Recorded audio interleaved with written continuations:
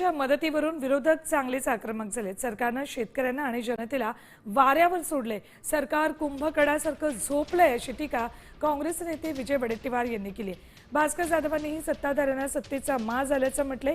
तर मी आज दत्तात्रय भरणेंना फोन करणार अशी माहिती राष्ट्रवादीच्या खासदार सुप्रिया सुळे यांनी दिली। शेतकऱ्यांसाठी यांच्या संवेदना शिल्लक राहिल्या आहेत। शेतकऱ्याप्रती याचं प्रेम काय राहिलं आहे?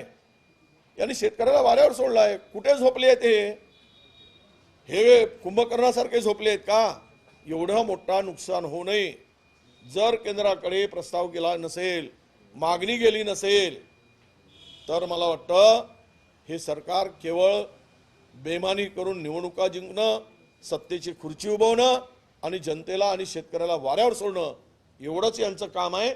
या पलीकडे या सरकारला आता दुसरं काम राहिलेलं नाही। मी दत्ता मामांना आज फोन करणार आहे की शिवराज सिंग चव्हाण साहेबांचं स्टेटमेंट असं आलंय चाललेलं आहे, कारण का योगायोगाने दत्ता मामा भरणे हे बारामती लोकसभा मतदारसंघातलेच एक मंत्री आहेत आणि एक आमदारी आहेत। कालही आम्ही फोन करायचा प्रयत्न केला, पण काल महाराष्ट्रात जणू काय दंगल चालली होती का काय अशी जी दृश्य बघून मला तर काळजीच वाटली आणि मनात भीतीही वाटली, कारण का ती दृश्य जी तुमच्या सगळ्यांच्या चॅनल्सवर होती ही धक्कादायक होती आणि महाराष्ट्राला न शोभणारी होती।